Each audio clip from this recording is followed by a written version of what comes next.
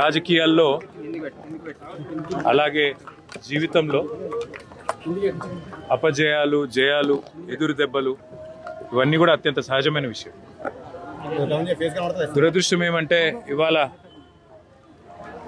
BRS పార్టీలో ఒక ముఖ్యమైన కుటుంబ సభ్యుడు, మా సోదరుడు, సిరిసిల్ల నియోజకవర్గంలో మొదటి నుంచి కూడా నిబద్ధతతో పనిచేసిన ఒక సైనికుడు కుంటయ్య గారు మరి మొన్న నాకు కష్టం వచ్చినప్పుడు, నేను ఏసీబీ వాళ్ళు నన్ను విచారిస్తున్నప్పుడు నా కోసం హైదరాబాద్ దాకా వచ్చి సాయంత్రం దాకా అక్కడనే ఉండి నాకు ధైర్యం చెప్పి, అన్నా నీకేం కాదని చెప్పి మరి రాత్రి ఇక్కడికి వాపసు వచ్చి ఏమైందో తెలియదు, రాత్రికి రాత్రే ఆత్మహత్య చేసుకున్నాడని తెలిస్తే ఒక్క నిమిషం మనసు కకావికలమైంది.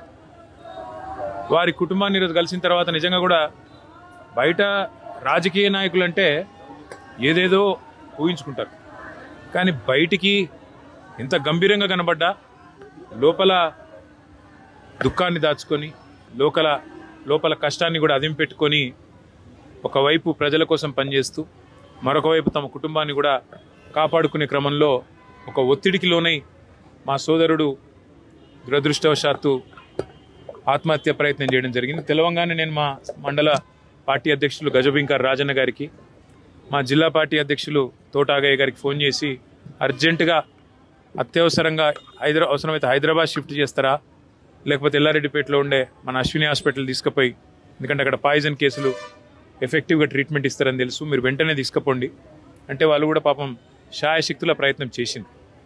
దురదృష్టవశాత్తు కిడ్నీలు ఫెయిల్ కావడం, దురదృష్టవశాత్తు కుంటయ్య గారిని కాపాడుకోలేకపోవడం జరిగింది.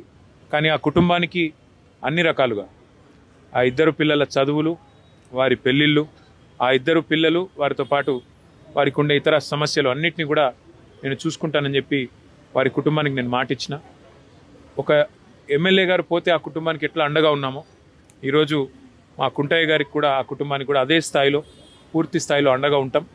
వారు మాకు ఇచ్చిన వారి సహచర్యం కానీ, వారు మాతో పాటు కలిసి గడిపిన సమయం కానీ, అదేవిధంగా వారు పార్టీకి చేసిన సేవలు కానీ ఇవన్నీ దృష్టిలో పెట్టుకొని ఆ కుటుంబానికి మొత్తం బీఆర్ఎస్ పార్టీ జిల్లా నాయకత్వం మొత్తం అండగా ఉంటుంది.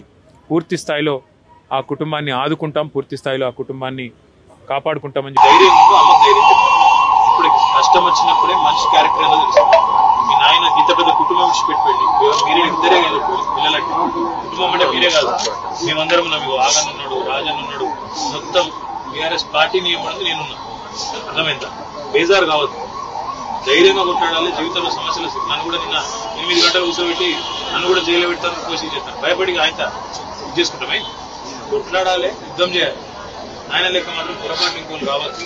ధైర్యం చెప్పు, అమ్మని మంచిగా చూసుకో, అన్ని ఏర్పాట్లు నేను చేస్తాను, అన్ని చేస్తా అంటున్నా కదా. విడిచిపెట్టమ్మా, నువ్వు అమ్మని ధైర్యం, పెద్దదాన్ని నువ్వు ధైర్యం చూసుకో. అన్న ఏ పేరు? నీ పేరు? మీరు ఏం చదువుతున్నావు బిడ్డ? చదువుతా, మంచిగా చదవాలి, ఎట్టి పరిస్థితుల్లో స్కూల్ విడిచిపెట్టద్దు, జోరుగా చదవాలి, అన్నీ నేను చూసుకుంటాను. అర్థమైందా? నాన్న ఇట్లా చేసిండు, బాధపడద్దు, విడవద్దు, మీరు అమ్మ ధైర్యంగా ఉంటావు. భయపడకు, వచ్చిందే వాళ్ళ కోసం కదా. అర్థమైంది? భయపడద్దు, ధైర్యంగా దగ్గర చూసుకో, దగ్గర చూసుకో, కుటుంబానికి మొత్తం ఉండగా ఏర్పాటు దగ్గర ప్రోగ్రామ్ అయ్యేదాకా నాకు ఇలా మా